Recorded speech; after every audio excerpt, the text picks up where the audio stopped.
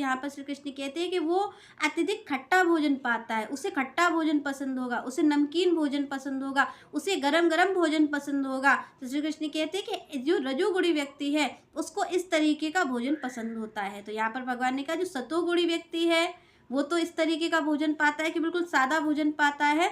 और भगवान कहते हैं जो रजोगुणी है वो बहुत खट्टा पाता है, नमकीन भोजन भी उसे पसंद होता है और बहुत मसालेदार भोजन वो खाता है और गर्म ही पाता है। तो यहाँ पर भगवान ने कहा इस तरीके का भोजन रजोगुणी व्यक्ति पाता है। पर यहाँ पर भगवान ने कहा जो सात्विक भोजन है, वो सात्विक भोजन तो सुख प्रदान करने वाला है। यहाँ पर भगवान कहते हैं जो सात्विक भोजन है, जो व्यक्ति सात्विक भोजन करता है, तो यहाँ पर भगवान कहते हैं वो तो सुख प्रदान करने वाला है, वो तृप्ति भी प्रदान करने वाला है। भगवान ने कहा जो सात्विक भोजन करता है वो तृप्त हो जाता है, फिर उससे कुछ और इच्छा नहीं रहती, और सुख प्रदान करने वाला। सुख क्यों कहा भगवान ने? क्योंकि जब आप निरोगी रहोगे, यहाँ पर संतों ने भी कहा है कि पहला सुख क्या है? निरोगी काया।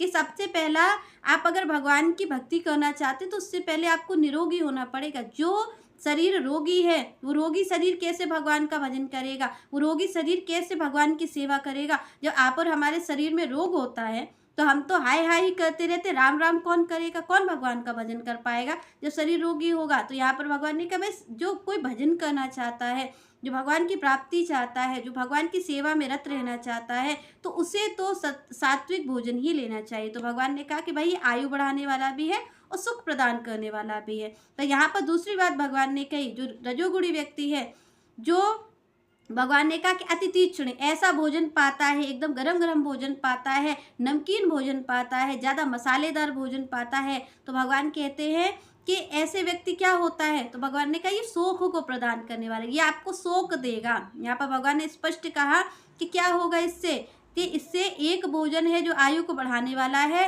वो सुख प्रदान करने वाला है। दूसरी ओर भगवान ने कहा ये जो आप इस तरीके का आहार ले रहे हैं, जो रजोगुणी व्यक्ति आहार लेता है, तो भगवान कहते हैं ऐसा मसालेदार भोजन, ऐसा चिकना भोजन। भगवान ने कहा कि जो रजोगुणी व्यक्ति है उसे चिकना भोजन बड़ा पसंद होता है, मसालेदार भोजन बड़ा पसंद होता है, खट्टा भोजन उसे पसंद होता है।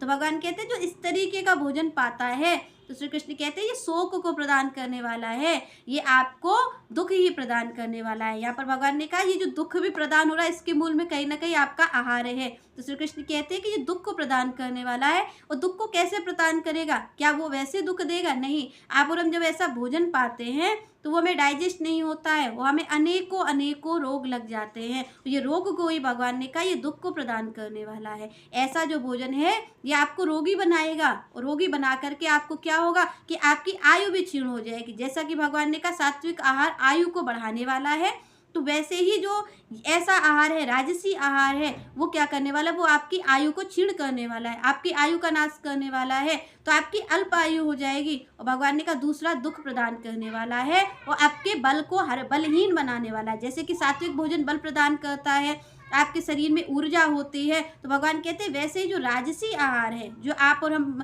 ऐसा मसालेदार भोजन लेते हैं, तो भगवान ने कहा ये क्या करने वाला है? ये आपकी आयु को अल्प आयु बनाने वाला है, आपकी आयु को क्षीण कर देगा, आपकी उम्र कम हो जाएगी, इसके साथ साथ आपकी ऊर्जा भी कम हो जाएगी। क्योंकि आप और हम जब हमारा शरीर बीमार होता है तो आप और हम देखते हैं कि शरीर में किसी कार्य करने की क्षमता नहीं रह जाती है, वो कोई कार्य नहीं कर पाता है, उसके साथ साथ आयु भी कम होती है। क्योंकि आयु आप देखें कि क्या कारण है मृत्यु का? कोई ना कोई बीमारी ही तो कारण बनती है। तो भगवान ने कहा कि ये शोक को भी प्रदान करने वाला है, क्योंकि आप और हम जब बीमार रहेंगे तो हमें पीड़ा ही तो होती रहती है। कोई भी बीमारी अगर हमें लगती है तो वो हमें ही तो तकलीफ देती है।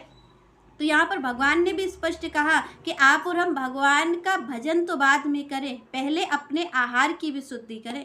भगवान ने कहा भाई इसके मूल में आहार भी है, आप और हम आहार को कोई महत्व नहीं देते हैं, हम कहते हैं हम कुछ भी पालें। तो ऐसा भगवान ने कहा ऐसे जो लोग हैं, भगवान कहते हैं वो मूर्ख हैं, उन्हें किसी चीज़ का ज्ञान नहीं, वो भगवान का ज्ञान क्या करेंगे जब उन्हें अपने आहार का पता नहीं है। तो भगवान ने कहा कि सबसे पहले आपको भोजन की शुद्धि करनी है, भजन आपको बाद में करना है। आप और हम भजन की ओर बाद में बढ़े आगे, यहाँ पर भोजन की शुद्धि है। भगवान ने कहा जो सात्विक आहार पाएगा उसका ही भजन सधेगा। क्योंकि आप और हम देखते हैं जो संत होते हैं वो अनेकों-अनेकों घंटे भजन करते हैं, तो उसके मूल में क्या है? सात्विक आहार है, क्योंकि उनके शरीर में क्षमता भी है भजन कर पाने की। और आप और हम अपने शरीर को देखें तो हम थोड़ी देर भी नहीं बैठ सकते, क्योंकि हमारे शरीर में बल नहीं है, हमारे शरीर में क्षमता नहीं है, हमें आलस बहुत आता है। तो भगवान ने कहा कि भाई किसी को अगर भजन करना है तो उसे अपने आहार की शुद्धि करनी पड़ेगी, उसे शुद्ध आहार और सात्विक